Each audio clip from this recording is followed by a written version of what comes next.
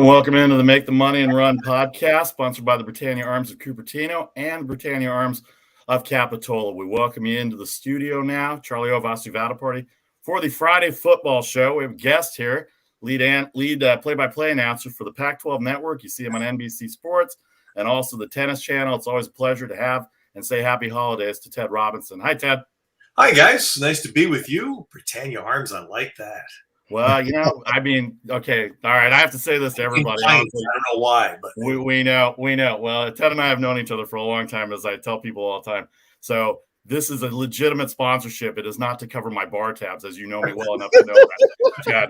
So I just want to make sure that I make that perfectly clear, even though that probably could go that way for it. All right. Well, happy holidays. Thank you for the time. I know you're doing 9 million things, so we'll get you in and out here on Pac-12. This is Friday football show, so we'll stick to the Pac-12 football. As I said, our guest Ted Robinson. Let's talk about the conference championship this weekend, today and tomorrow. The BCS rankings, the subjective BCS rankings that nobody can still figure out exactly what's going on. And of course, you have a little stake in the Notre Dame situation going on right now as well too. So we'll get to all that for the next 20 minutes or so. And the Pac-12 conference, college football ended last week, the conference championship tonight. Were you as surprised about Oregon getting a 3 seed when those rankings came out that particular week? Because they got hammered by Utah right after they went to 3. I think they were inconsistent all year. I've watched all the Pac-12 games, as you know, and I just didn't think there was a little something off to me about Oregon being number 3. Yeah, Vasu, that the word I'm told, or at least the line I'm given by, and this comes from inside the CFP committee, is that it's a combination of art and science. So when I hear that, the first thing that I translate that to is it's subjective and objective. Right. And when it's that way, subjective always winds up winning the battle. Objectivity only gets you so far, and then eventually you have to break ties or make close calls, and that's when subjectivity takes over. So the thing that Oregon stands on, the only thing they've been able to stand on all year, is beating Ohio State on Ohio State's field, and that is the single best win of the college football season. I don't think anybody else can make a win. I mean, Michigan beating Ohio State was great. Michigan State clobbering Michigan was great. Those were conference games, home field wins. Oregon won at Ohio State without their best player, by the way. So that was their card. It's over with now, so it no longer matters. I think it's highly likely that we're going to have the first group of 5 team to ever be in the playoff in Cincinnati. I think it continues to be unlikely that a 2-loss team will make it. Although if Alabama loses a close championship game to Georgia, the SEC people will think Alabama deserves that spot, because the only other game Alabama lost was was on the road at Texas A&M at the end of the game on the last second field goal. If they lose a close game to Georgia, the Alabama SEC apologists will all think that should happen. But I don't. The fascinating part to me, and I think it's really good these games are coming up starting tonight, because college football needs some games right now to wash away the unpleasant taste of this week. And some of it involved the Pac. USC hired a coach of youth, of accomplishment, and paid him a ton of money. It's tough right now. It's a tough thing to justify what happened this week in college football. To me, it completely erases any of at the top level. It erases any of the college. I've always joked there's a little bit of college in the football. Right now, in those top schools, there's no college. There's no wow.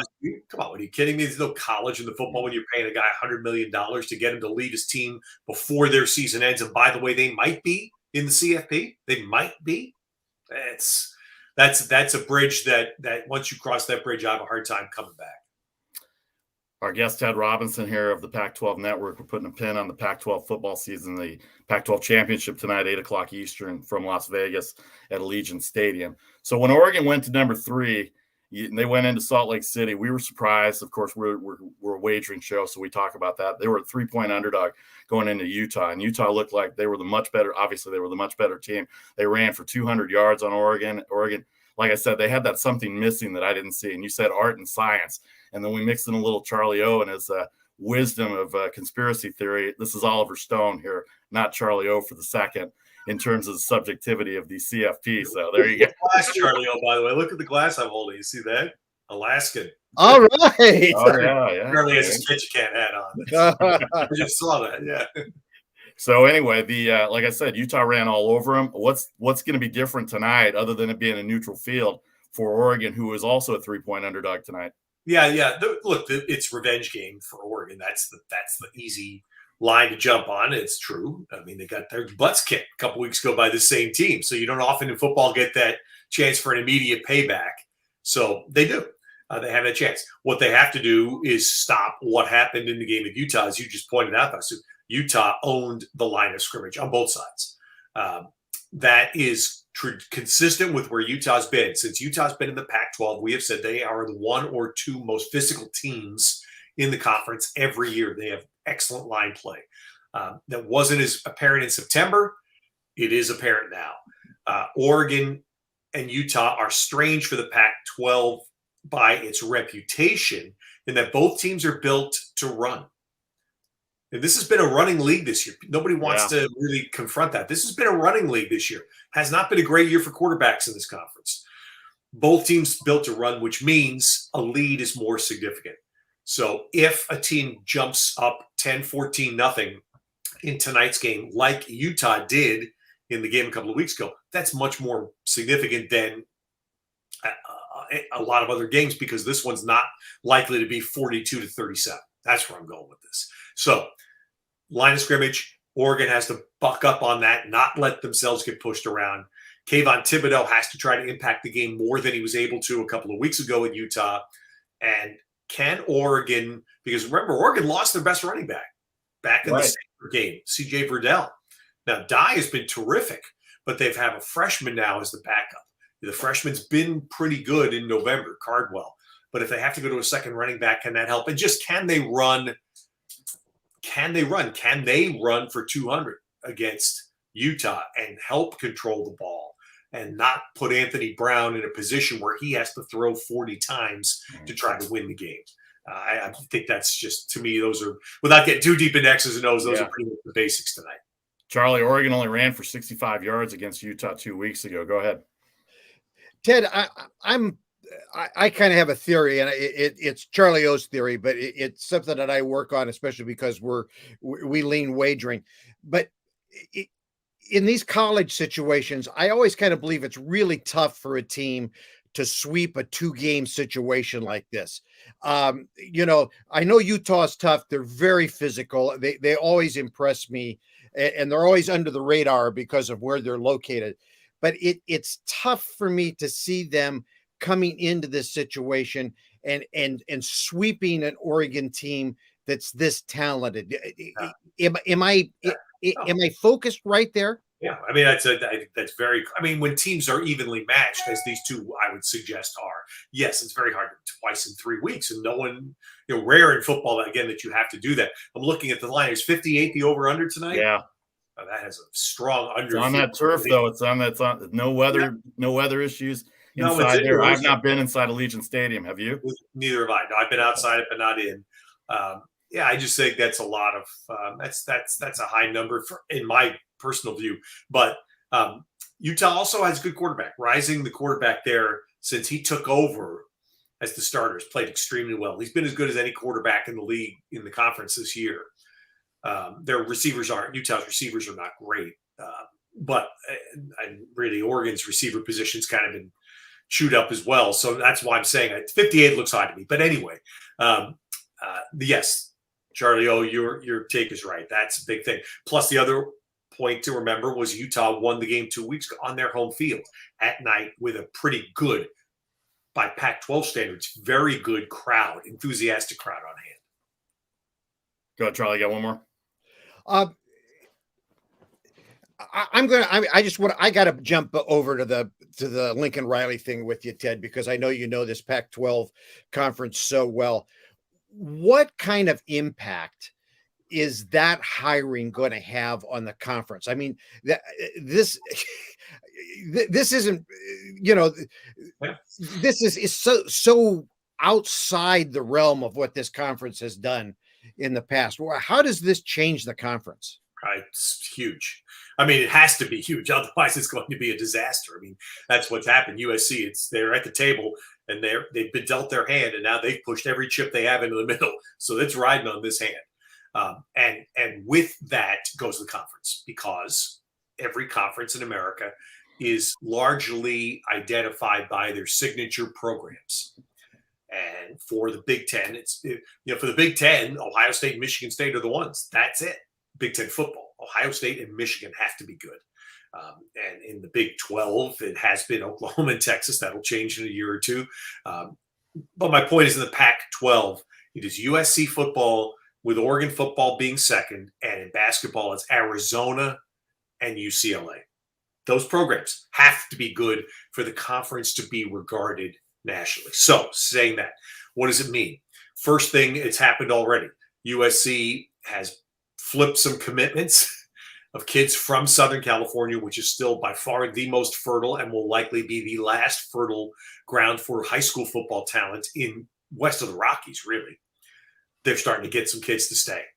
Look at the quarterbacks. The top among the top quarterbacks in the country, and what's not a great year this year, though, are the kid at Ole Miss, Matt Corral, and Stroud, the freshman at Ohio State. They're both from Southern California. Right. And they go play at Ole Miss and Ohio State. So you're not keeping every kid, but you have to keep some of those kids. And if it isn't USC, it needs to be UCLA, Arizona State, Oregon, Cal, Stanford, if it's academics or in order. I mean, that's stay out the West is where I'm going. So that's the ultimate significance. And the last point, Charlie, I would say is, and it's been raised by a few people, and there's not a bad analogy in that. This rings a little bit to people of something that took place a long, long time ago, almost 40 years ago, when a big-time coach in basketball who had established himself in the Big Ten came west, Lute Olson, to Arizona. And what that did for Pac-10 basketball, not just Arizona basketball, the entire conference, because Arizona built a national program and the rising tide lifted people. Mm-hmm. And that's what has to happen for USC. I mean, Oregon's there. No one else is. Washington, sadly, has lost what they built under Chris Peterson. They have to try to get it back now. It's hard to do when you lose. Stanford is slipping after having a decade of being a national presence. They've lost some of that, and they can't lose it all. It's important for Stanford to hit the parking brake on this right now and stop them. USC has slipped dramatically. And the other thing I'll tell you about USC football, in my view, is I'm not a very big fan of recruiting services, and I don't pay any attention to stars that get put on these kids when they sign them. That's irrelevant to me, because every kid at the level of football we're talking about, every kid that's coming to play at a Power 5 school believes in his heart he's going to get a shot to play in the NFL. Okay. We all know intellectually how realistic that is. Okay. It doesn't matter. What they think as a 17, 18-year-old is what matters. They believe, I'm going to the show. I'm going to at least get a shot. Give me a shot. USC, just look at the last decade, NFL drafts. Just look them up and look at how many USC linemen have been drafted. Both sides. Very few. Shockingly few. Especially defensive linemen. And that's where USC's lost it. I can't explain why, but they have lost it. And it's been going on for a while. This year, sharpened the focus. Everybody saw it. But you can talk to me about quarterbacks and running backs all you want. USC's had pretty good quarterbacks and running backs the last decade. They've not had very many good linemen. And you just watch the Pac-12 championship game last year, and it was a goofy year, I know. But you watch the championship game, and you watch what Kayvon Thibodeau did to USC in that game, and it was embarrassing if I'm on the USC side. Kayvon Thibodeau dominated the game. They couldn't block him. They didn't try anything different out of their air raid scheme to try to slow this young guy down, and he crushed them. It's not USC. It can't happen. Back to your original question, what does Lincoln Riley mean? Short term for USC, linemen. Get that line play better. Long term, of course, for USC is to be back on the national picture, but long term, it's a huge move for the Pac-12 conference. Our guest, Ted Robinson of the Pac-12 Network, closing out the Pac-12 football season with the conference championship. tonight in Las Vegas. All right, we talked about the coaching changes. They always happen before bowl game. Maybe I'm not as up to it as I thought I was, and you might know better. Is this because they leave before bowl season or before the BCS championship because of recruiting? Is this a recruiting period for college football during the winter before bowl season? Is there a way to change that so that these coaches can stay through the end of the year? That would be Vasu, that would be a good thing. I think that's a large part of what happens. Some of it is it's the highest stakes game of musical chairs you can ever imagine, because what happens is the schools that are out in a year like this, where you have multiple high profile schools looking for coaches at the same time, nobody wants to be stuck without a chair when the music stops. So that's part of it. It's FOMO to $100 million level. Yeah. So that is absolutely part of it. But this new December recruit date, which is done to make life better for the high school recruits, it's look at the unintended consequence, if I can say that, is what's happening here. Is you have a date coming up December 18, maybe 17, something like that. You have a signing day. And these schools want these coaches in place because they've already, look what Riley's already flipped a couple of kids, right? Yeah. 3 weeks before the date. He's in his first 72 hours, he flipped a couple of kids that were going to Oklahoma. He's saying, come with me now to USC. So what's happened is this, what I would like to think would be the case for, let's say, Brian Kelly, who I have no problem with the fact he's leaving Notre Dame, none at all, except the timing. The timing is unforgivable. And I would like to think he would have had enough integrity to tell LSU, you think I'm that good, you can wait a week. Because by Sunday, this is Monday, they're taking the job. On Sunday, I'll know if Notre Dame is in the CFP. And if Notre Dame's not in the CFP, then I'm on board, because it'll be a New Year's Six bowl game. But that's not. But CFP, this is what I've worked for with this team. This is the right thing to do. I had a high-level basketball coach ask me this question the other day, because he was joking. He said, "Listen," he said, "I'm going to actually stop coaching basketball at the end of the year." And we're all kind of like that. Two of us that were talking to him, and he goes, "Yeah, I'm going to go coach football." And that made me start laughing, because I get it. But he goes, "Can you imagine a coach in our sport getting offered another job, and my team's going to the Sweet 16? We've won the first 2 rounds, but this other school comes and offers me a big contract, and I go, and we're in the middle of March. It's unthinkable." Didn't that happen to Bill Frieder? Well, he's the only one. He's the only one, right? Okay. Had a bad negative blowback for a long time because of that. Exactly right, Vasu. So anyway, that's the only part of the situation that just distresses me a great deal. I also understand now that the players who used to be able to complain legitimately, I come play for a coach and then the coach can leave and I can't leave. Well, that's out the window now. We're in the Wild West. It's free agency every year for everybody. College football, it's 24/7, 365 free agency in that portal. Anytime, anywhere, any day you can transfer. So the player complaint is out. And the last thing I would say about it was Notre Dame has a very, very good defensive back named Kyle Hamilton, who's going to be a first-round pick from every projection I see coming up in the draft. And he did a podcast Monday night after the Kelly news broke, he with 3 of his teammates. And he said, actually, we're not really upset. I'm not upset at Kelly. He said, I get it. And he said, the reason is this. He said, I didn't choose Notre Dame because of the coach. I chose the school and what the school offers me.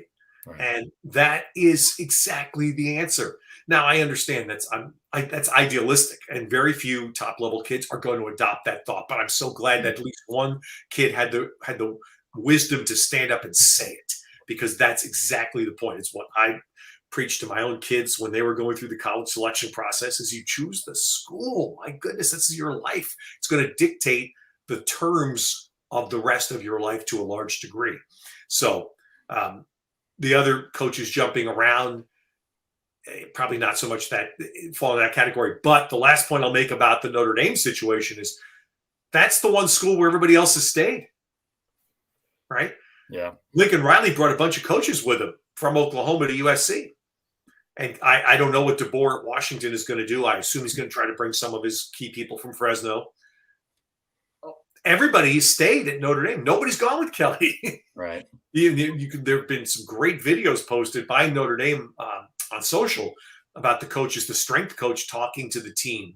And as we know now, big time college football strength coach is right alongside offensive coordinator or defense coordinator. That's the third most important position in a college football program, is a strength coach. And the strength coach said, I'm staying with you guys. I'm staying with you guys. And I think that speaks a lot to Notre Dame and what Notre Dame has in place, the structure they have, and the fact that if it's Freeman, who everybody there in 1 year seems to think very highly of, or someone else, that the internal structure stays in place. And I think that's, I'm cutting myself short of it, saying the other point you remember is when you bring an outside coach in to take over, as some of these other schools you have on the screen have done, that's 40 people that lose jobs. Right. Just the head coach. They take out everybody. Everybody goes. Everybody through grad assistants, through quality control, through admin, through strength and conditioning, through medical staff. Well, not necessarily medical staff. Strength and conditioning for sure. They all go. New coach generally brings in their own people. You stay inside, as Notre Dame appears that they're going to do. None of that happens. You have minimal change. And from a personal standpoint, I'm very happy about that. Our guest, Ted Robinson, here. We're sponsored by the Britannia Arms of Cupertino and Capitola. December weather in California. Get out to the Pacific Ocean in Capitola and go enjoy a cold one out there. Watch Sunday Ticket at both the Cupertino and Capitola locations. I make sure I get that in so they pay my bar tabs, as I said earlier. So anyway, Sonny Dykes leaves to TCU. Kalen DeBoer leaves Fresno State to Washington. Jake Dickert, after that Apple Cup game that I was attending last week, ends up getting the permanent coaching job. And we talked about Marcus Freeman. The recruiting issues, the thing I have that sees these coaches leave. So I get that. That's the system that we're in right now. Let me ask you this, because you're so in tune with Notre Dame, obviously being an alumnus. With Brian Kelly leaving, do you think, and Charlie's not a fan of Brian Kelly. He hasn't been a fan ever since I've known Charlie for 30 years. I've known Charlie since San Jose State days for 30 years. He's not a fan of Brian Kelly, and he pretty much says it every week on this show. Brian Kelly going to LSU. Do you think, and we've had this conversation last year, do you think the fact that they have no conference affiliation, it's hard to move up in the BCS, a lot of things would have to happen for them to get into the top four, but because they have no conference championship, you think that was part of the reason, or a lot of the reason, that maybe he maxed out and this opportunity came to him to go to LSU, because Notre Dame has literally no shot to get to the top four? I have no idea why Brian Kelly, other than 95 million reasons, I have no idea why. I will just tell you this. Brian Kelly has coached Notre Dame football longer than any person ever. Newt Rockne, but I don't count that because it was just a completely different era. In the modern times, from 1930 on, Brian Kelly's the longest tenured coach at Notre Dame, longer than Holtz, longer than Ara. That's pretty amazing. 12 years in a pretty high-pressure job. The conference affiliation is part of the deal. When you take the job, you live with it. He got to the CFP a couple of times in spite of it. It definitely makes it harder because Notre Dame doesn't play this weekend. Now, Notre Dame, I think, is going to get in the CFP if two teams ahead of them lose. That's what they have to have. They're in sixth. But if two teams lose, if Georgia beats Alabama, if Iowa beats Michigan, if Baylor beats Ohio State, if two of those three happen, Notre Dame's going to get in with one loss. The only loss being to Cincinnati, who's also going to be likely in the CFP. So you can do it. It's harder. Here's what I would say about Brian Kelly, and I met him a few times, but very early in his tenure. So I've not been around him in a long time. So I know a little bit of him, not enough to say I know him. Some stuff happened a kid died on his watch. Yeah. Right. That's rough. And that's something it's been very hard for a lot of Notre Dame people to shake. It's hard for me to shake. The school handled it, from everything I understand. The school handled it extremely well with the family. Notre Dame in 2016 went 4-8. The quarterback that year was Deshaun Kaiser, NFL draft pick. Only NFL quarterback who's played in the NFL ever in the 12 years under Brian Kelly. Ian Book is now a third guy in New Orleans. He's the practice squad guy. He may get a shot. But Deshaun Kaiser's the only quarterback in 12 years of Brian Kelly's run at Notre Dame's played in the NFL. And they went 4-8 with him. What's happened since? Notre Dame's had 5 straight 10-win seasons. 5 straight 10-win seasons since they're in. Somebody very smart said this to me the other day. And he said the reason was Brian Kelly realized he had to change. And he hired a really good defensive coordinator named Mike Elko, who turned around and left for the big bucks at Texas A&M. Then he hired another really good defensive coordinator in Clark Lee, who's now the head coach at Vanderbilt. Then he hired another really good defensive coordinator, who's apparently going to be the new head coach in Freeman. That's 3 big-time D coordinators he's hired since that year. He also gave up the play calling.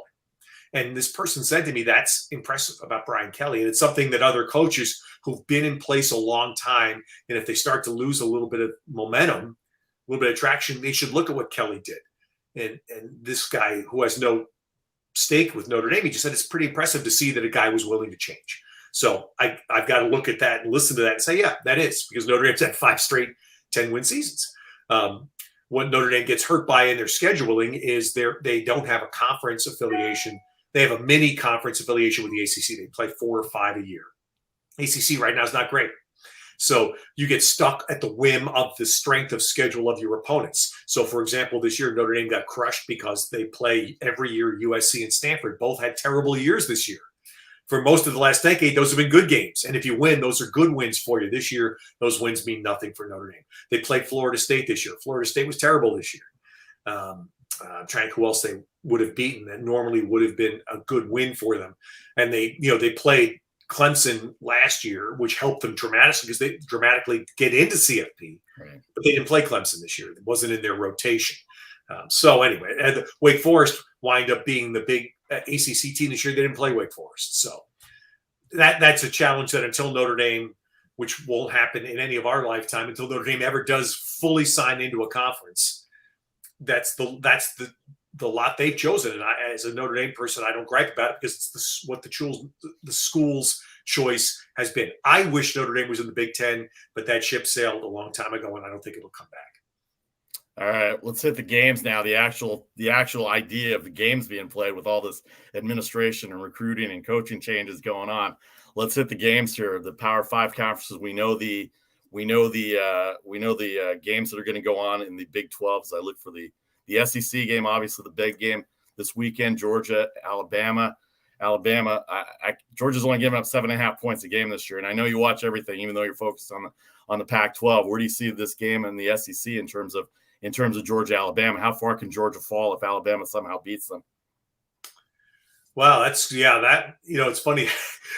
That's all of all the options you think of. That's not one I've thought of, is Georgia losing. We think about, hey, if Georgia hammers Alabama, that knocks them out. If it's a close game, if it's a field goal game in the fourth quarter, does Alabama have a leg to stand on to get in? I don't know.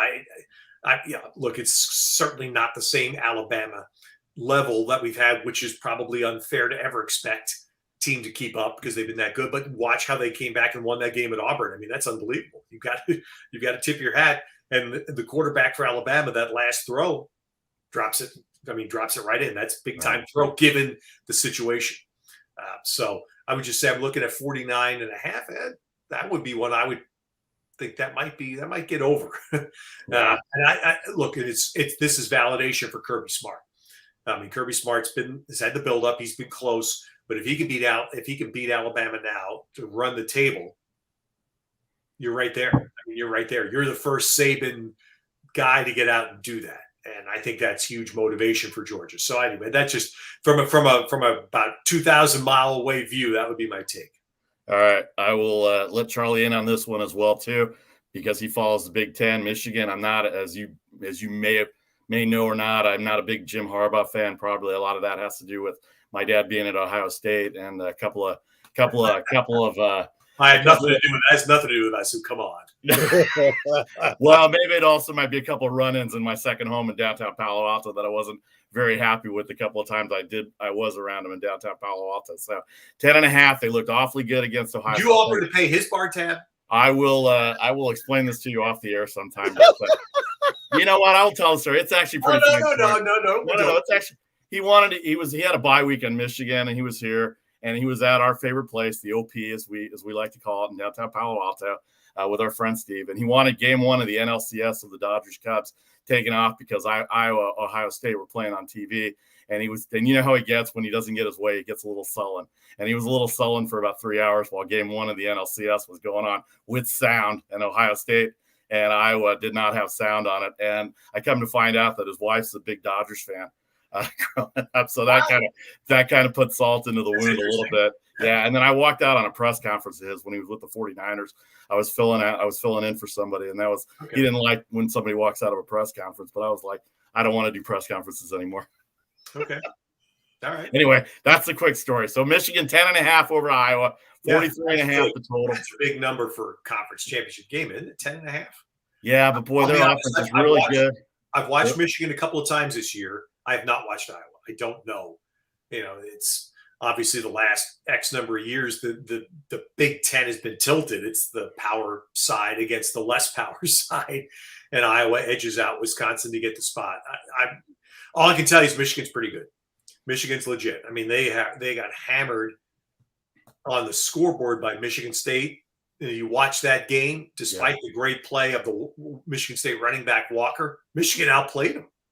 Michigan outplayed Michigan State that game. They just made this, the 4 or 5 awful plays or missed plays, better said, that tilt the game to Michigan State. And then they were clearly the better team against Ohio State last weekend. So the 10.5 that's a big number. Any playoff game, that's a big number. But Michigan to me is clearly the better team here. Charlie, I'll let you comment on this. Iowa doesn't score very much at all this year. That was their big problem this year. Yeah, I'm gonna jump off the exit ramp here for just a second, Ted. Harbaugh now has done what he wanted to do. He beat Ohio State. This validates him at Michigan. Does this open the door for him to try to knock on it and get back into the NFL? Oh, well, I have no doubt. I've had no doubt since day one that he was at Michigan that that's going to be his eventual hope. And there's no question in my mind. Now, when, and if some team offers him is going to be the question. Because the money he's making. Well, he revised his Michigan deal after last year, so I'm not sure. But the money has been awfully darn good that he got in Michigan. It was top NFL level money. So, yeah, I hear what you're saying. I would say that if he loses this game, that will take some shine in Michigan off of beating Ohio State. Yes, beating Ohio State is a grail there, but winning the conference, getting the Rose Bowl too. It's been a long time. So the ultimate thing I would say is that I know that Jim Harbaugh is as competitive a person as I've ever been around in sports. His brother has a ring. His brother got the ring by beating him. Yeah. You were there. You saw it. Jim Harbaugh will want that chance, and it's not a brother versus brother thing. That's not my point, but to get that ring, Jim Harbaugh, the Jim Harbaugh I know wants that chance. I felt that from the first day. That's a long time now that he's been in Michigan. I felt that he's going to want that chance to go back. He's also getting to the point where age-wise, where that call is going to have to come sooner rather than later. All right, last one for Ted Robinson of the Pac-12 Network. Here's the elephant in the room, the Cincinnati Bearcats going in the American Conference. They're going to go tomorrow against Houston. They're number 4. Finally, everybody's been screaming for them, a non-Power 5 conference, to get into the top 4. Let's say they win, and maybe it's not convincing, but they do win and they stay undefeated, and yet all these other circumstances that we have going into the BCS with Alabama and Georgia and Michigan and even Oklahoma State at number 5. Is there a chance, in your opinion, watching college football, and it's a subjective deal, that you think, and I'll ask both of you this, you think Cincinnati can move out of the 4 spot if some of these extraordinary things happen for other teams to go into the top 4 because they are power conferences and not a lot of people are respecting Cincinnati and the record they have? Well, I would say I see if they win, yes. I don't know how anybody could pass them. Oklahoma State beating Baylor, it's not going to be powerful enough. Notre Dame doesn't play. So that's, I guess we could concoct an extreme scenario where Cincinnati plays a horrible game, only gains 110 yards of offense, but Houston fumbles 6 times, and Cincinnati wins the game 13-10 because of, an extremely bad game like that, and then Oklahoma State wins its game 58-3. You could concoct that scenario and imagine, okay, perhaps subjectivity will win there. I doubt that happens. So to me, if Cincinnati wins, they're in. They're in the position they're in. And for example, my belief strong with some reason to believe is that like Notre Dame at 6 has a heck of a chance to get in, but it's dominoes. They have to have 2 of the teams ahead of them lose. And one's going to lose, Georgia, Alabama. One of those teams is going to lose. Of course, if it's Georgia, then you likely have 2 SEC teams going to get in. That's the other outcome of that. If Alabama wins that game, you will have 2 SEC teams in the CFP, and that would really sting Oklahoma State if they were to win, because they would be out. Cincinnati would be in, and if Michigan wins its game, that would be if that would be it. If Michigan and Alabama win, then your top 4 is your top 4. That doesn't change. So the order would change, but not those 4 teams. All right. Always enjoy the conversation. Ted Robinson of the Pac-12, play-by-play announcer. I know you're going into basketball. I know you got a lot of things going. Happy holidays to you. Thank you for the time as always, Ted. I look forward to seeing you sometime soon. And take care of yourself, to you and your family, and have a great holiday season. Charlie, here's to some Alaskan halibut and amber. All right, Ted. Thank you. All right, Ted. Thanks very much. We'll see you soon. Guys. All right, let's take 30 seconds and get to the NFL here. We Robinson on of the Pac-12 Network, play-by-play announcer, NBC Sports Tennis Channel as well. But now we get to the NFL and we get to preview the games. We hit a little bit of it yesterday on the Thursday show. We'll take 30 seconds and come back with the Friday football show continuation of the NFL. Maybe intern Nick will join us as well, too. All right, back in 30 on the Make the Money and Run podcast, sponsored by Britannia Arms of Capitola and Cupertino.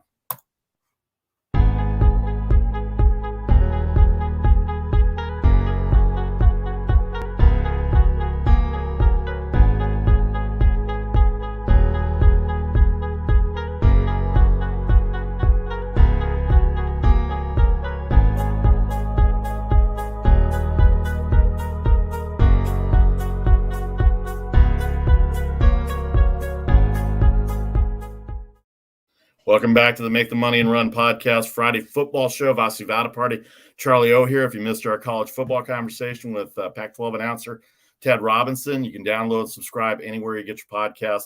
If you missed the live show, we're here every Mondays, Thursdays, and Fridays. Thursdays and Fridays at 1 o'clock Eastern, 10 o'clock Pacific. Don't forget our social media selections by 6 o'clock Eastern every day, Monday through Friday, and then 3 times on Saturday and twice on Sunday for the NFL Sunday. Charlie, great conversation on college football with Ted Robinson. I love having Ted on. He's so knowledgeable. Yeah. And you know, I could just pick his brain for hours. Yeah, we didn't even get into the baseball or the college basketball or any of that stuff going on right now. But let's to the NFL. As we said last night, the Dallas Cowboys were really a thud game last night. 27-10, Dallas wins. They're 7-4. They're 8-4 now.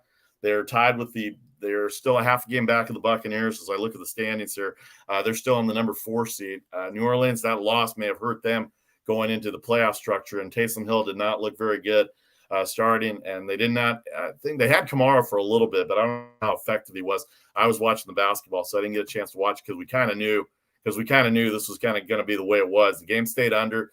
Dallas did cover the 6 points that they were laying yesterday. Any thoughts on the game from last night, Charlie? It went exactly the way we thought it was going to go. And it wasn't very exciting. The script we laid out was exactly the way the game went. And it was a blah football game. So I'm sure that Fox was going, wow, is there any way we can start flexing Thursday night football games? Yeah, that'll be hard to do for that. All right, let's look at some of the lines in the game here and the games we've got this weekend. Minnesota at Detroit. Those Lions are going to win one. Minnesota needs these games. Obviously, they're in the 9th spot now as we look at the standings. 7-46. It's a division game at Detroit. Detroit 0-10-1, as we said. Minnesota, they are 5-6. Is that right? 5-6 going into this weekend in 9th place in the standings, in the playoff structure right now. They fall behind the 49ers, who are at 6. Washington's at 7. Actually, Minnesota's at 8. And then Atlanta also at 5-6. They're at 9 right now. The 7 lost teams are Philadelphia, Carolina, New Orleans. After last night, the Giants and the Bears, all 7 lost teams. A lot of those teams probably are not going to make it. Although I still give Philadelphia a shot. They still got a shot in the East. And Carolina, without McCaffrey, that season's probably done for them as well too. But Minnesota 746 in the NFC North. Arizona 7.5 at Chicago, 44 the total. Which Kyler Murray is going to show up? DeAndre Hopkins, it seems like he's getting healthier a little bit. Tampa Bay is going to be without 2 wide receivers this week. No Mike Evans, no Antonio Brown. Antonio Brown suspended. Mike Evans also suspended. They're laying 11 at Atlanta, 50.5 the total. Indianapolis after their loss last week to Tampa Bay, 10 and 45.5 at Houston. Philadelphia 7 at the Jets, 45. Cincinnati 3, 50.5 against the Chargers, and what's going to be a pretty good game for Cincinnati. Chargers need a win to stay in that AFC West where everybody's above 500. And Miami 4 and 40.5 at the New York Giants for the early games. Charlie, take your pick at what you want to hit right there. Well, listen, first of all, I want to talk about the Lions. You keep talking about the Lions have to win, okay? They're trying to, right now, this week, they're trying to avoid being winless through 12 games for the third time in their history. Okay. They were winless through 12 in 2001, 2008, and in 2008. Yeah. And then in 2008, they went, ladies and gentlemen, drum roll, please, 0-16. All right. Now they can't go 0-16. They can go 0-16. They can go 0-16-1 this year. So, I'm not believing as you are in this team. I just, I don't think they're a great team, and I think they're horrible. I think the NFL should vote and take that team away from the Fords. I know they can't do that, but this is where relegation should happen. I think they should have more teams, and there should be relegation like they have in soccer. That would be, the best number about the Lions right now. The best number on the Lions is they are 7-4 against the spread, 4-2 on the road against the point spread this year. So see, now there's always an upside. They are at home. We're a wagering show. They are at home. They are a touchdown underdog at home. They played Minnesota very tough toward the end. Minnesota got a field goal late in the game after it looked like they were going to win. The Lions have lost. If I'm remembering right, they've lost 3 games on game-winning kicks this year. Baltimore, Minnesota, and I think there was one other game that they lost as well, too, at the gun. Let me give you some numbers about this weekend. Now, last week was like a super even week. There were 9 matchups between teams that were 500 and better. This week, it's lopsided. The Eagles are 11-0 all-time against the Jets. Brady is 9-0 in his career against the Falcons. Mahomes is 7-0 in his career against the Broncos. Cousins is 7-0 in his career against the Lions. Russell Wilson is 14 of his last 16 against the 49ers. And the Patriots are 32-6 against the Bills, as well as the Colts being 30-9 against the Texans. So you got to go with spreads in those games. Okay. So when you keep that in mind, don't go money line, go spreads when you're or take all the money lines on a parlay, because based on these records, it seems like all these heavy favorites are going to be this way. So some of the games of interest to me, the Chargers and Bengals game, that's going to be of interest to me. Obviously, Bengals 7-4. That's going to be a great game. 1 game back of Baltimore in the AFC North. About a month ago, they had the best record by virtue of tiebreakers in the AFC. Right now, Baltimore is getting hot, and so they've ended up the buys this week. By the way, I think let's see, Cleveland, Green Bay, Tennessee, and Carolina all have buys this week for Week 13 of the NFL. So Cincinnati at 7-4. This is a huge game for the Chargers. They're 6-5. They're 1 game back of the Chiefs. Then, did we think the Chiefs were not going to be good this year? Sure enough, here they are, 7-4, leading the AFC West. They're only a game back of the best record in the AFC, with New England at 8-4 and Tennessee at 8-4. And we definitely see a trend down for Tennessee these last 2 weeks. Oh, yeah. Because they started off when they lost Derrick Henry and they went into Los Angeles and beat the Rams that night. We said, maybe they can overcome this. They can't overcome it, and then their wide receivers are getting hurt as well too. AJ Brown on injured reserve. Julio Jones has not had the production that they thought he was going to be coming into it. Their tight end's been okay. Furcher's been okay. But their defense has given up a lot of points, and they fumbled a lot. Last 3 weeks, they have fumbled a ton, including the Patriots game, who just went after him and punched him. I know Belichick teaches that, punching the ball out, but they turned the ball over a lot. They in New England. Now New England has the best record by virtue of the head-to-head over Tennessee. They're the 1 seed in the AFC right now. Go figure that. How about that right there? I think that's right. No, yeah, Baltimore's Belichick, he's going to be sorry, nothing. Baltimore's 8-3, New England's 8-4, Tennessee's 8-4, and Kansas City's 7-4. So that's where they are 1-4 as far as the division winners go. So Cincinnati and the Chargers, big game there. Indianapolis, after that, blowing that lead to Tampa, that's a big game. They should go in there and handle business against Houston.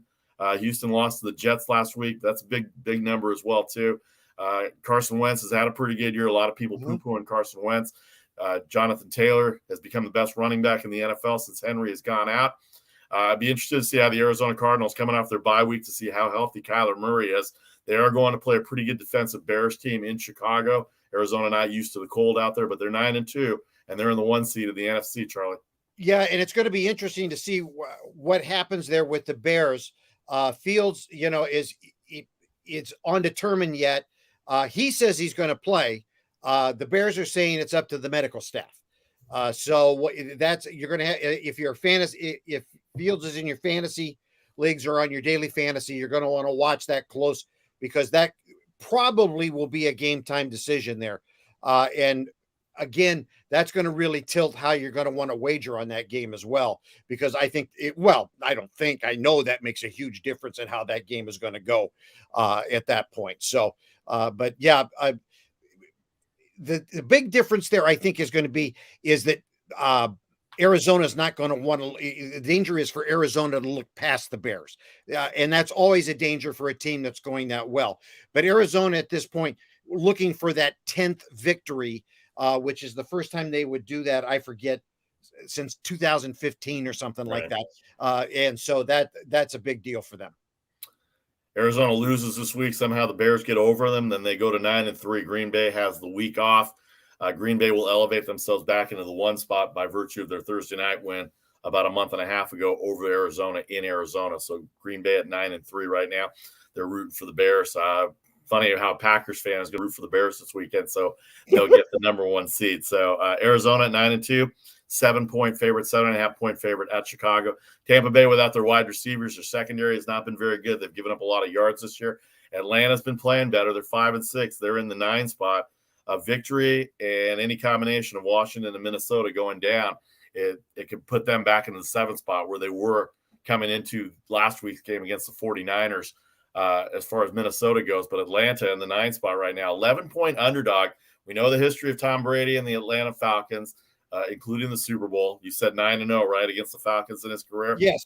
They probably will win, but on the road at Atlanta, giving up 11 points seems to be a lot. Matt Ryan's been okay this year. They can't run the ball, and their receivers have not been very productive, yet they're 5-6 and right there on the playoff, on the fringe of playoffs, Charlie. Yeah, and Vasu, I think the one thing that jumped out at me, if I remember right, I think Atlanta is 0-4 at home this season, if I remember right. So that doesn't bode well for them. So I gotta double check that. They're 1-4. They're 1-4 at home. 1-4 at home this season. So that that's something to factor in when you look at your wagering. There's not been a home field advantage there.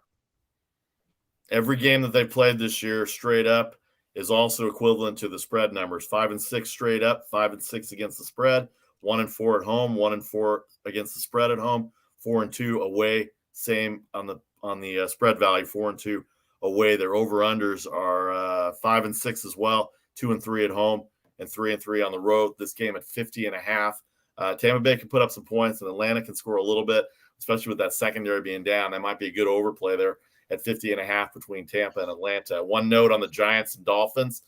Daniel Jones has been ruled out this weekend. So for the New York Giants, and if they had a shot at winning or having any shot at the playoffs, this would have been their weekend to do it against Miami, especially on the road. But no Daniel Jones this weekend. Mike Glennon will get his first start for you fantasy players. Who has like a 222 win percentage in his history in the National Football League. So you better really factor that in. All right, let me see what else here on the early games that we're looking at here. Cincinnati and the Chargers, Miami and the Giants, Indianapolis, Houston, Philadelphia, the Jets. Last week, the Jets and Giants, First time in 3 years that both New York teams won on the same day. So there you go. The Jets at 7, getting 7 points against Philadelphia. For some reason, Philadelphia cannot run the ball. They played the Giants last week. They were on fire for about a 4-week period where they were running the ball. It made Jalen Hurts look good, and he looked awful yesterday, especially in the red zone. One pick in the end zone, and then one fumble near the red zone area as well too. And they lost 10-3 to the Giants on the road. They were a 4-point favorite last week at New York. They go right back to play the Jets this weekend. Charlie, 7 points, a lot for Robert Saleh. The defense has played pretty well for the Jets, especially the win at Houston. I didn't think anybody gave them a shot against Houston last week as a 3-point underdog, yet the Jets came out with a victory, and Zach Wilson looked pretty good and kind of making people look smart there for drafting him. I still like Zach Wilson. I just think he's a bad situation right now. So we'll see. Yeah, I mean, the Jets are in, I mean, this is the process. I mean, I know I'm stealing that from the NBA, but this really is the process. We've talked about it. The Jets are all the way down to the foundation. And it's going to take a while for that to build back up. But the irony in this game is that the Eagles are the visiting team in the same stadium 2 weeks in a row. Right. I saw how often that's happened. It's only happened like, I don't know, 4 or 5 times in the history of the National Football League. But that's the irony of that. They're the visiting team in the same stadium 2 weeks in a row. But the Jets, they're, and I like Zach Wilson. I like him a lot. I think he's going to be a good quarterback in the National Football League.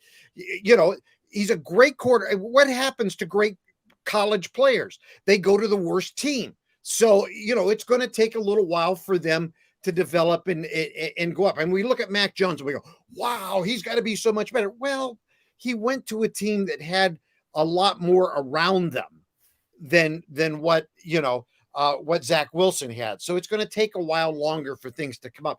But, the Jets are going to surprise some people along the way. And I don't like the way the Eagles are playing right now. I do not like the way the Eagles are playing right now. Of course, I don't like the way the Eagles have played for a long time. And Jalen Hurts is going to be a game time decision. He's got an ankle thing going on. And when you're a rollout quarterback, the last thing you want to hear is ankle. So again, you're going to have to make this a game time decision on wagering and also fantasy. All right, let's take 30 seconds here. We'll get to the late afternoon and Sunday night game, Kansas City, Denver, Washington, and Las Vegas. That'll be an interesting game as well. The Rams in Jacksonville, Baltimore at Pittsburgh, and what was once a great game might not be very good this weekend, especially with Baltimore rolling right now. So we'll take 30 seconds. We'll come back. We'll talk about the afternoon games in the NFL, break that down. Vasi Party, Charlie O on the Make the Money and Run podcast, sponsored by the Britannia Arms of Capitola and the Britannia Arms of Cupertino. We'll see you in 30 seconds.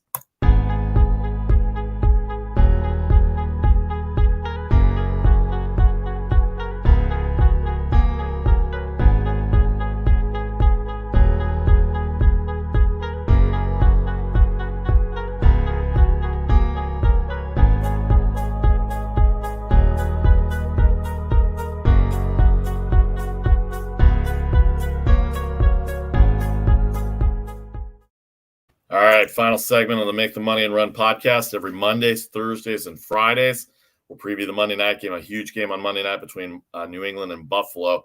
We'll get to that in a second as well. But 1 o'clock on Thursdays, 1 o'clock on Fridays, Facebook, YouTube, and Twitter. Thanks to everybody online live with us right now. Download and subscribe if you missed the live broadcast. And don't forget, every day by 6 o'clock Eastern, we'll have our selections for that day, and then 3 times on Saturday, twice on Sunday, starting at 11 a.m. Eastern on Saturday and noon Eastern on Sunday. Britannia Arms of Capitola. Check them out at facebook.com/Britannia Arms Capitola and the Britannia Arms of Cupertino. Check them out at BritanniaArmsDeanza.com. Go in there and check them out. NFL Sunday Ticket, especially for the Sunday Ticket, but also Conference Championship weekend this weekend coming up as well. So we hit the early games already. Some of the early games that are going to go on this weekend. Really like that Chargers-Bengals game to look at this weekend. Big game for both. In the afternoon, late afternoon on the East Coast, 1 o'clock here on the West Coast, the Las Vegas Raiders are a 2.5-point favorite. They got a big win. They've got 10 days off from their win over the Dallas Cowboys against the team that has really picked themselves up. And if you haven't watched the Washington football team and you haven't seen Tyler Heineke play, All you got to do is turn on the tape from the wild card game last week. He nearly upset Tom Brady and the Tampa Bay Buccaneers at home last year, and that dive into the end zone probably got him his 2-year contract. The Washington football team, a 2.5-point underdog. They run the ball really well. We know that Monday night game was not very good against Seattle. 49.5, 2.5 for the Raiders.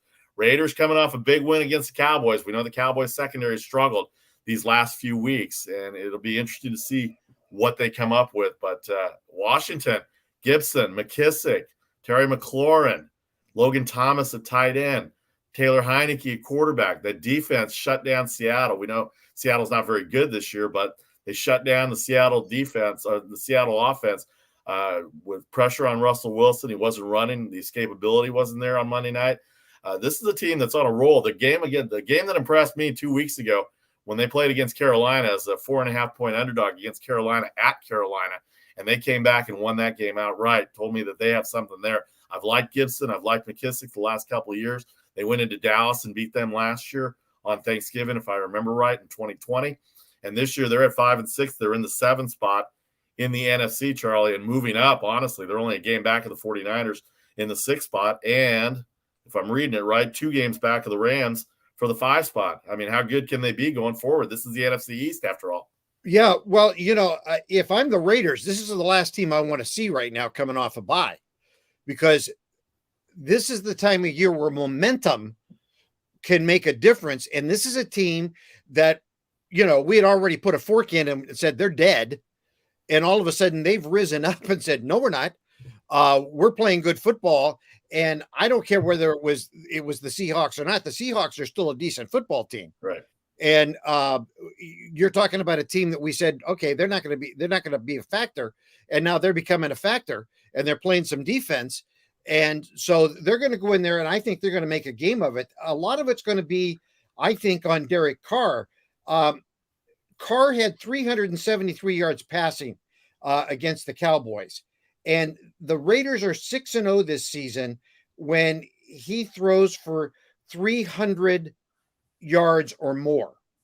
And so that's really a key.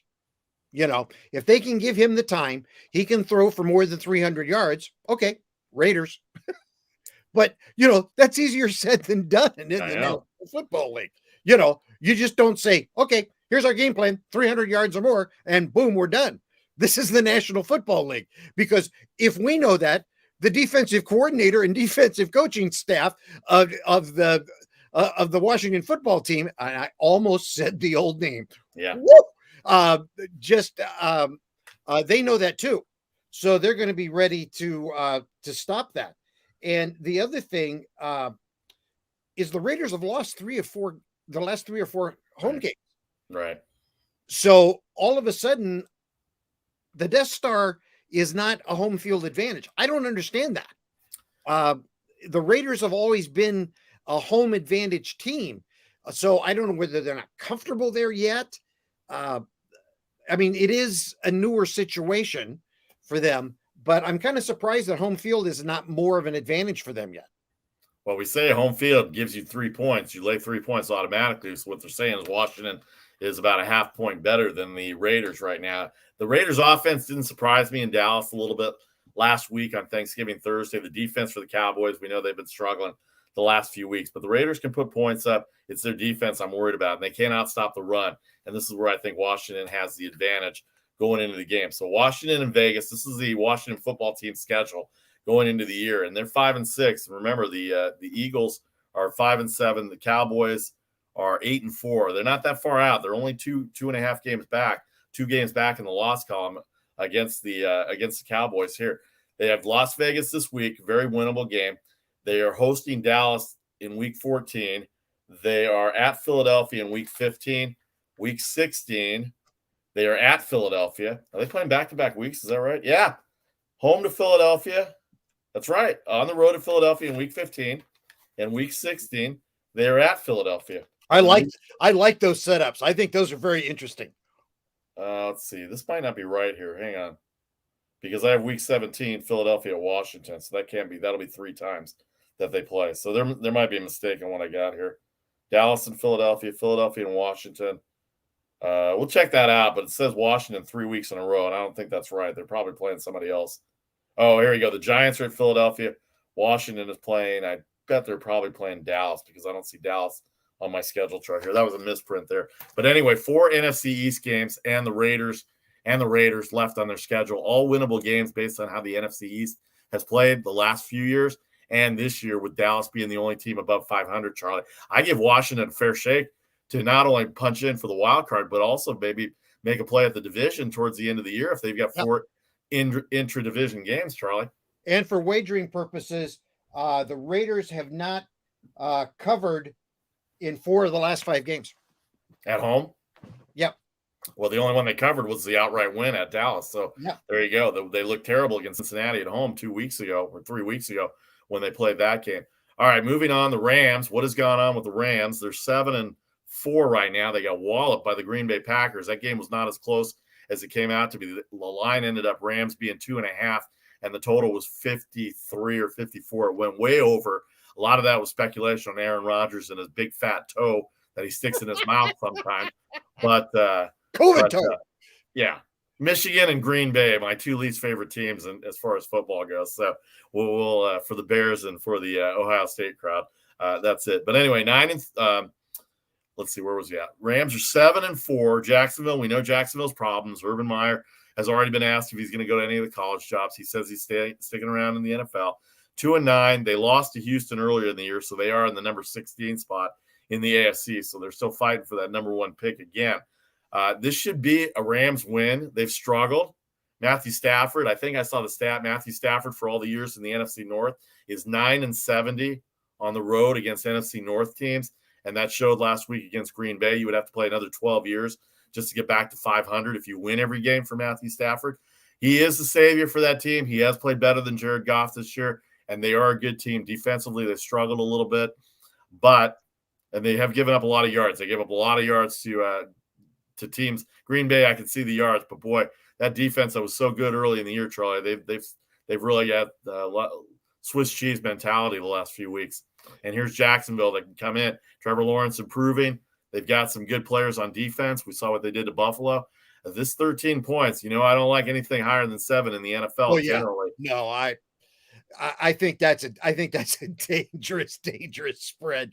I'm with you, man. You 13, come on. That's Vegas going ka-ching, give me your money. That's build another wing on the hotel money to me. But they got to win this game. They need to stay within. They need to stay within range of Arizona if they have any eyes on the division. The danger for Jacksonville is they've lost 13 straight road games, and they've lost 15 straight games against NFC opponents. Okay. And, they're just not a very good team. Now, I'm not saying it's not going to be an interesting game. I'm not saying it's not necessarily going to be a close game because I think Jacksonville's improving. I'm not thrilled about Urban Meyer's coaching. I wasn't thrilled about Urban Meyer going to Jacksonville. I mean, I understand why he went. He got a boatload of money, but I don't think he translates well to the National Football League. I think I like Trevor Lawrence. I think he's going to be a tremendous quarterback in the National Football League. I think when his contract's up, he will not be in Jacksonville any longer. Okay, he's going to be in one of the big markets and really flourish someplace. But the Rams have got to get it together, especially on the defensive side, because right now they're trying to win all their games with their offense. I mean, when you got Cooper Kupp, and in some ways he's become the whole offense. I mean, how many times do you hear on the play-by-play is, Stafford to Kupp, Stafford to Kupp, Stafford to Kupp. Well, you can't win a championship that way, but you don't win a championship without defense. And you're right. They've got to start playing some defense. Last 3 weeks, and it's coinciding with the fact that Robert Woods is out as well, too, for the season-ending injury that they've lost. And Robert Woods has been a big part of that team for the last couple of years, and they have not had that alternate receiver to go with Cooper Kupp. They've got fine receivers, and even Higbee at tight end is pretty good. And Darrell Henderson Jr. running the ball. They missed Cam Akers at the beginning of the year when he hurt his knee. That was a 1,000-yard rusher coming into this year, but he tore his ACL. And Darrell Henderson Jr., fine running back, but he's not Cam Akers. And Robert Woods is definitely missed on that team, and that's part of the problem that they've lost 3 games in a row because now defenses are focusing on Cooper Kupp. All right, we move on to – go ahead, Charlie. I'm sorry. Oh, I was just going to say, I just saw this quickly. The Rams have failed to cover in the last 4 games where they were double-digit favorites. Yeah, that means Vasu is 0-4 taking the Rams the last 4 games too. So there you go. Don't I know that? I don't need paper to tell me that. I'm right there with that. Anyway, moving on. What was once – I always enjoyed watching this game. NBC used to have this game at night. The Pittsburgh Steelers, we saw what they did against Cincinnati. We talked about it last week. We don't need to rehash it. 41-10, they lose to the Bengals. Bengals in second place in the AFC North. The Pittsburgh Steelers 5-5-1, hosting the Baltimore Ravens as a 4.5-point underdog. That's one you never see, that they're a home underdog to begin with to a division team. Baltimore 4.5. They came off what was really an ugly, ugly win against Cleveland on Sunday night with all the turnovers. 16-10. Baltimore got the win, got the cover, thanks to a Justin Tucker field goal late in the game and good defense at the end. Here are the Baltimore Ravens at 8-3. We were worried about them. We talked about them in the beginning of the year, a couple of losses they had, and here they are 8-3, the 1 seed in the AFC. They are 1-1 in division play, 5-3 in conference play. The Steelers at home, I don't have the home record in front of me, but they're 5-5-1 overall, 1-2 in the division, and 3-4 in the conference. And their strength of schedule, they're playing 500. They're playing 500 teams that are 500 or better all year. They're in the 11th seed. They're still not out of it at 5 losses, even though Indianapolis has 6 losses. Denver has 5 losses, Vegas 5, the Chargers 5, and Buffalo in the 6th spot at 7-4, where they were once the number 1 team at the beginning of the year. They've dropped down to 6. We'll get to them in a second. So 5-5-1, and they're still right in the playoff hunt, and yet they're in the 11th spot, Charlie. But we have a tough time with Roethlisberger and the way this team is played. 4.5 points on the road is a lot in a division game, especially for these two rivals going at it with each other. Well, and I think it's a lot too, because right now the Ravens aren't scoring a lot of points. This is always the dilemma with the Ravens, is that the later it gets into the season, the less points they score per game. And this is why they get scary. They tend to, the later it gets into the season, win with defense and not with offense. Now that's not necessarily a bad thing as the season goes along, but they tend not to put a lot of points up on the board the later it gets into the season. I don't know why that is. It's just been historically the way they've gone. But you're absolutely right. We've not been thrilled with Big Ben. I think last week was a bit of an anomaly, but not totally, because Cincinnati's a really, really good football team. Okay. And I think they've been overlooked. I think people have kind of thought that story is maybe not as good as it is. Well, that story is as good as it is. So a lot of it's going to be dependent on how well the Steelers can bounce back. I don't know how well they can bounce back. Big Ben's long in the tooth for a football player. Okay. I mean, he's not an old man. I'm an old man. He's not an old man, but in football years, he's an old guy. Yeah. All right. And how well can he bounce back from a beating like that? And they're going up against a team that's got a mean defense. So those are all factors that you got to put in there. But I'm with you, given 4 at home, especially in Pittsburgh, because again, there's some teams, home crowds, home stadium, you don't even factor it in. Yeah, not this crowd. In Pittsburgh, you got to factor that in. Yeah, no matter what the record is. Yeah, so this is a hard game to handicap for me. This might be an under game. We'll let you know on Sunday at noon Eastern and at 3:30 Eastern on Sunday with our social media selections. But the fact that they're in 11th and only have 5 losses, this could be a Washington football situation from last week. A win here at home against Baltimore with everybody else having 5 losses. I can't anticipate that all these 5-loss teams are going to win this weekend, with the Chargers and Vegas and Denver and even Indianapolis at 6-6. They've got 6 losses. Cleveland at 6-6, right behind Pittsburgh in the 12th spot. Any one of these wins and combinations And you could see a Washington football situation from last week moving 5 spots up or 5 spots down, depending on your tiebreaker scenarios and your head-to-head scenarios as we get into it. But that to me looks like an under game in Baltimore-Pittsburgh. And I had missed this note. Catch this. Big Ben has won 3 straight and 6 of the last 7 against the Ravens. Yeah. Oh, no, they play well against the Ravens. It's a big So put that one in your pipe and smoke it. There you go. No doubt about it. No doubt about it. All right, the last afternoon game before we get to Sunday night will be the San Francisco 49ers on a 3-game winning streak. They're 6-5 now. They're in the 6th spot. They just beat Minnesota last week. They were behind Minnesota, and then they put that loss on them. They not only overtook Minnesota, but Washington moved up 5 spots. So they are ahead of Washington by 1 game, and Minnesota by 1 game, and Atlanta by 1 game. But it goes Washington, Minnesota, Atlanta from 7-9. The 49ers are 1 game back of the Rams for the 5 spot at 7-4 of the Rams. We talked about them already. But here are the 49ers.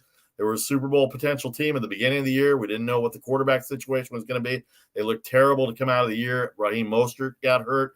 Now they're kind of finding their groove back, and Kyle Shanahan has got it going on a little bit here with the defense. The defense has played well. Oh, by the way, going back to that Pittsburgh game, I want to mention TJ Watt has also missed time for them this year too. So make sure you check on him because that's a big factor when it comes to the Ravens. When it comes to the Ravens game, TJ Watt, the defending defensive player of the year from 2020. But back to the 49ers Seahawks.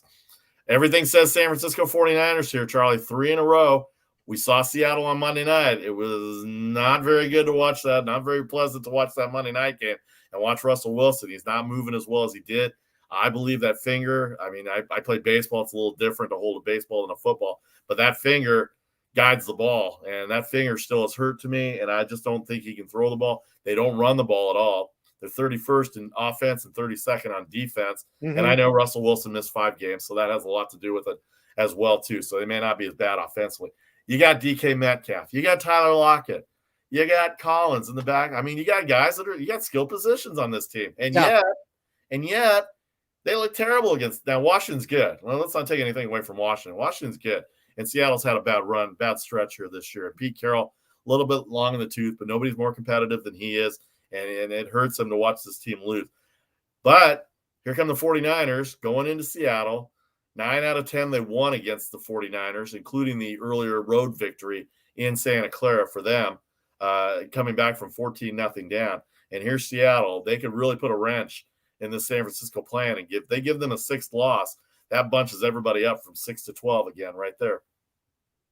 Yeah, you know, it's really interesting. And for Seattle, the big thing for them, I think, Vasu, is I don't know that they have a lot of playoff aspirations left. But if they lose this game, it locks them in to a losing season. I think it's for the first time since 2011. First time since I think they'll be under 500 the first time in Russell Wilson's career. Yeah.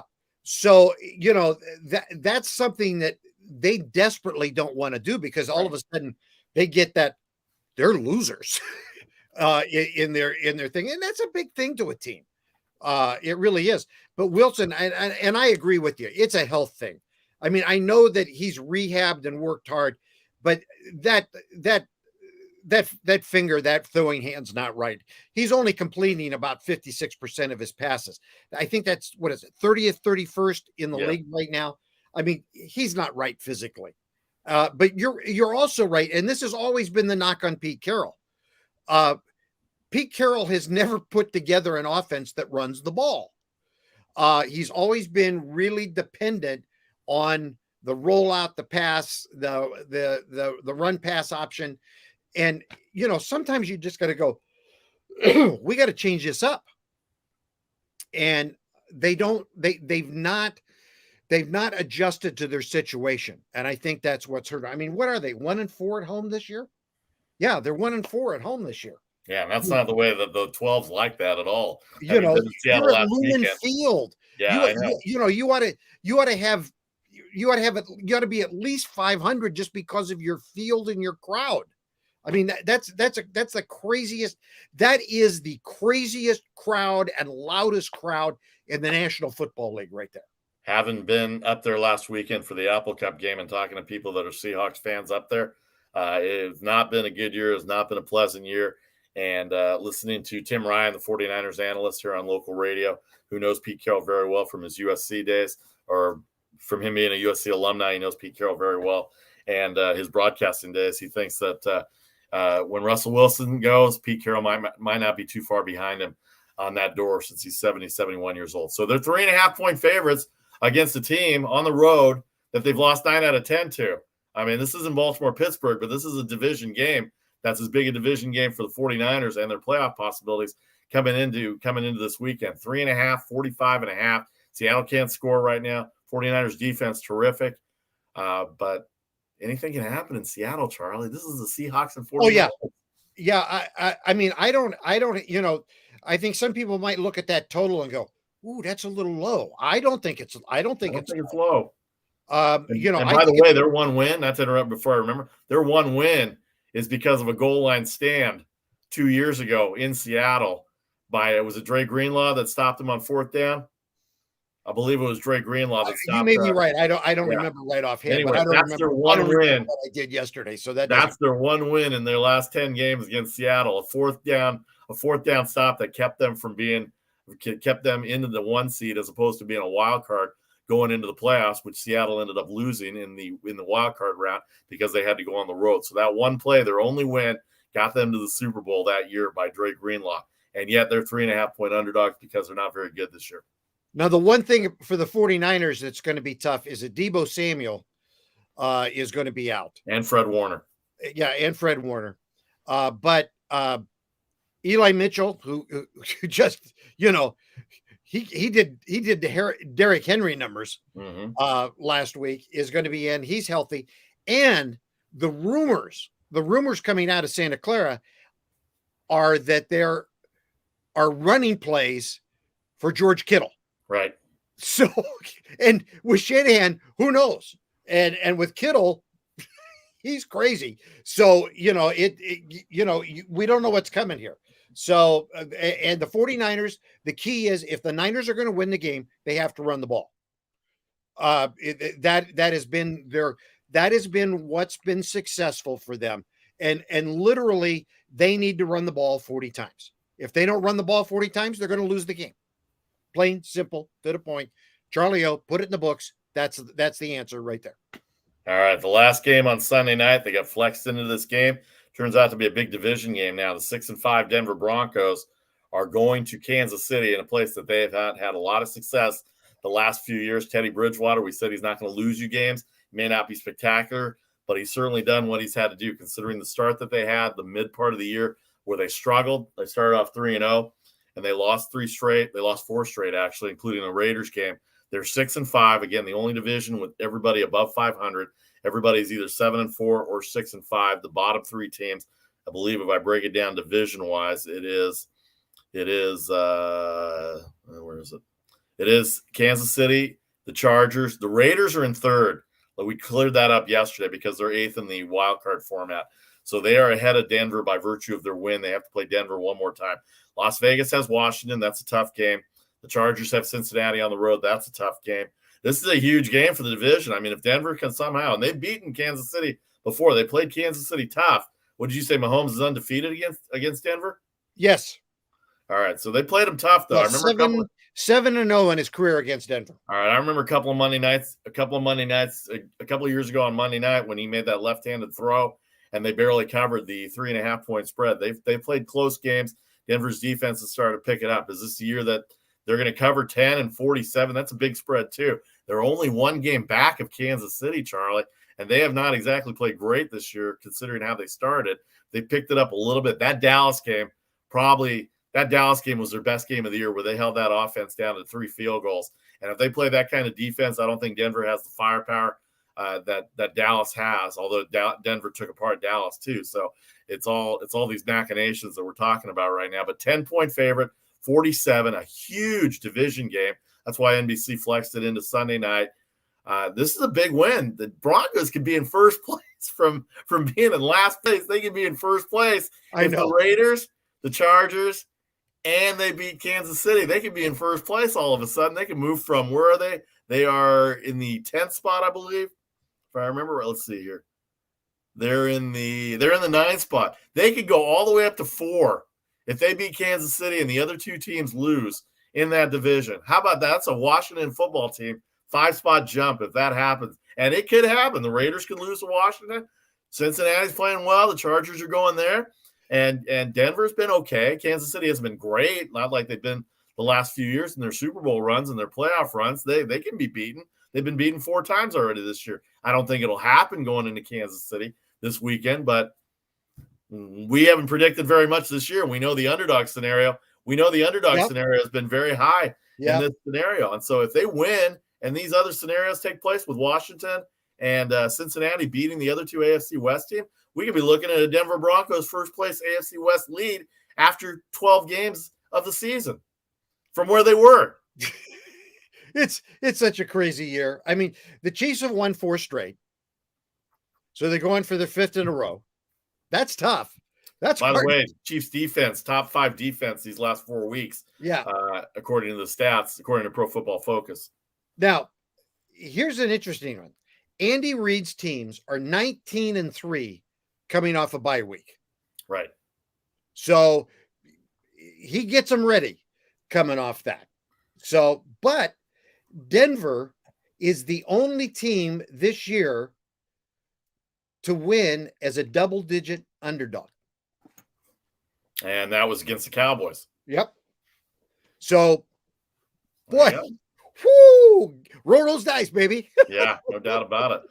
It'll be interesting if Denver can run the ball and keep the Kansas. I mean, that's the secret of beating Kansas City every week. You got to be able to have time of possession. Yep. You got to be able to run the ball. Their defense has played pretty well. What they did to Dallas, I think, shocked a lot of people. I didn't think the point spread, covering the point spread, was a big shock, but to beat them outright, to have that biggest spread on Dallas in that Sunday game, I was in Cupertino that day of the Brit. I remember it well when they were up 19-0 at the half at Dallas, when Dallas was rolling at 6-1 at that point, and they ended up just pulling out a can of you know what on Dallas that day. And the same thing. And I mean, they can go into Kansas City if they run the ball. If they can run the ball and they get the production from Bridgewater that he's given. Cortland Sutton just signed a new contract. They've got some receivers: Sutton, Tim Patrick, Noah Fant at tight end. Their defense can stop the run. I don't think Kansas City's run the ball very well this year. I don't know what Edwards-Helaire's status is for this weekend, but they got Darrell Williams, of course. You got number 15 under center, so that's a big deal. Tyreek Hill on the outside, and those receivers, and of course 87 at tight end is a big one too as well. But if they stop them and they do what they did to Dallas, I mean, I would take that Dallas game film, because that's basically what Kansas City's offense right now is with what Dallas's offense does with the quarterback and their minimal running game, but their wide receivers are the same avenue as the Chiefs receivers are, or the Cowboys receivers are, that the Chiefs are, that Denver could go in and cover this 10 points. Will it happen? I don't know. Kansas City played top 5 defense the last 3 weeks, and that showed up in the Cowboys game 2 weeks ago. The first time Kansas City had been under a 3-point favorite at home in Patrick Mahomes' career, by the way, and they were only 2.5-point favorite. A lot of that probably had to do with the Cowboys, but they ended up beating them by 10 that night. Not a lot of offense that day when the Cowboys and Chiefs played. So Sunday night, a big one. What are you thinking on Sunday night, Kansas City, Denver, just off the top of your head? Well, I think money line. I think it's Kansas City. Spread wise, I'm still trying to figure that out. Again, double digit spreads give me, they give me heartburn to start with. NFL, yeah. And we know what underdogs have been doing so far. So I have to tell you, if you put my feet to the fire right now, I'd put my money on Denver. Well, we'll know on Sunday when we have our selections on Sunday, noon Eastern, on Sunday afternoon, and then 3:30 for these afternoon games for part 2 of the podcast minute. All right, Monday night, I'll get more into it on Monday, but another huge division game Monday night. Buffalo 2.5-point favorite. They haven't played well against New England in the past. 43.5. Buffalo got off to a roaring start. Josh Allen, everybody's quarterback, everybody's MVP coming in. Patriots are red hot, and boy, what they did to Tennessee last week really, I shouldn't say surprised me. I did have Tennessee last week at plus 7.5. That didn't work out very well for me, but New England's played very well. You talked about Mac Jones. They're running the ball. They've got receivers. Kendrick Bourne's on that team now from the 49ers. And and their defense has played well. Their defense and Kansas City's defense, as far as AFC teams, the last 5 weeks have played great. And I know Atlanta is Atlanta, but what they did to Atlanta on the road, shutting them out on that Thursday, what they did to LA going in to beat the Chargers on the road when it was still questioned as to what kind of team they were back then, going into Los Angeles and beating the Chargers. They're for real. They're second in the AFC right now, a half game back of the Ravens. They've got Monday night against Buffalo, another huge division game. I think Buffalo only has 4 losses too, if I'm not mistaken. I think they're 8-4, and Buffalo's 7-4, and New England is 8-4. Buffalo's bye. I don't think we have any more buys coming up. This is the last week of the buys. This is the last. Thank God. Oh no, one more week of the buys. Indianapolis, Miami. More week yet? Yeah. Oh my gosh. Indianapolis, Miami, New England, Philadelphia in week 14, and the Thursday night game is Pittsburgh, Minnesota next Thursday night. But we'll preview all of that. So quick takes as we wrap up the last 5 minutes here on the Make the Money and Run podcast Friday football show. Charlie, Buffalo, New England. I got to tell you, it's really a matter in that game of which Buffalo team shows up. They've been, I've called them all season long. You know that I've called them Jekyll and Hyde. 1 week they show up and it's the Buffalo team we expected. Yeah. The next week they show up and we go, who is that team? Well, here's your dichotomy right here. You go into Kansas City where you haven't had any success on a Sunday night. You blow them out as a 3.5-point underdog. And then a week or two later, you go on the road as a 9-point favorite to Jacksonville, and you can only get 2 field goals against that defense. Yeah. So there's your dichotomy of Jekyll and Hyde right there. The big win at Kansas City and the deflating loss against the Jacksonville Jaguars. And, I got to tell you, of course, here we go again. My statement that Belichick, he's going to be nothing without Brady. We nailed that, huh? Oh, yeah, absolutely. So I like the Patriots, man. I like what they're doing. It's a well-rounded team. Now, the difference is it's going to be on the road in Buffalo. So that the odds makers are saying, hey, they're only giving them home field advantage. Right. That's all they're giving them. So that tells you what they're thinking. They're telling you really that this game is even, is what they're telling you. Somebody out there and Make the Money and Run podcast land, somebody that's in Buffalo, get out there on Monday and start taping Bill's Mafia all day for tailgating for an 8:30 start, because I want to see how it ends up by the time kickoff starts, how everybody is getting to kickoff for an 8:30 start after tailgating all day. I'm sure noon is probably even later for a lot of those tailgates. I'm sure they'll be there early in the morning, probably like 9 or 10 Eastern time. By the time we wake up in California, there'll already be a 6-pack in for Bill's Mafia coming into Monday night against a huge division and Bill Belichick. And they don't really love Bill Belichick in Buffalo. I just want you to know that, Charlie. Really? Just because he has 35 wins against the Bills in his history? Yeah, could that be the reason?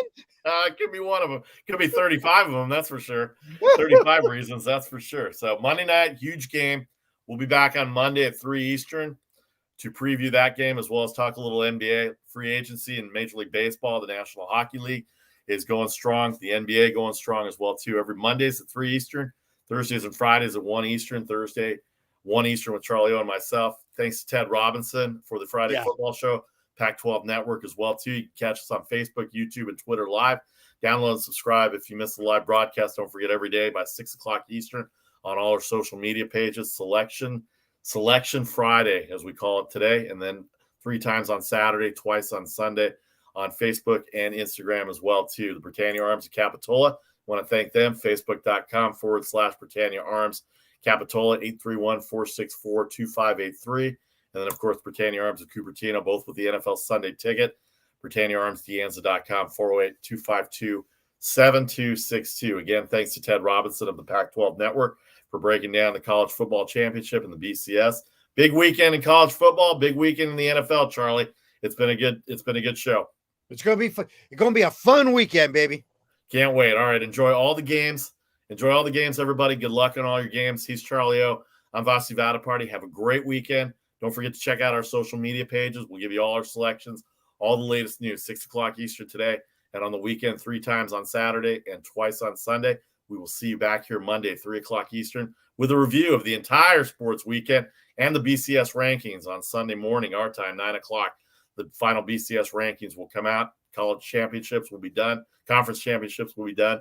And we'll be ready to go into December as we hit the home stretch for football, both in college and the NFL. For Charlie O, I'm Vasi Vadaparty. That's the Make the Money and Run podcast, Friday football show for December 3rd, 2021. Have a great weekend. Good luck and enjoy all your games.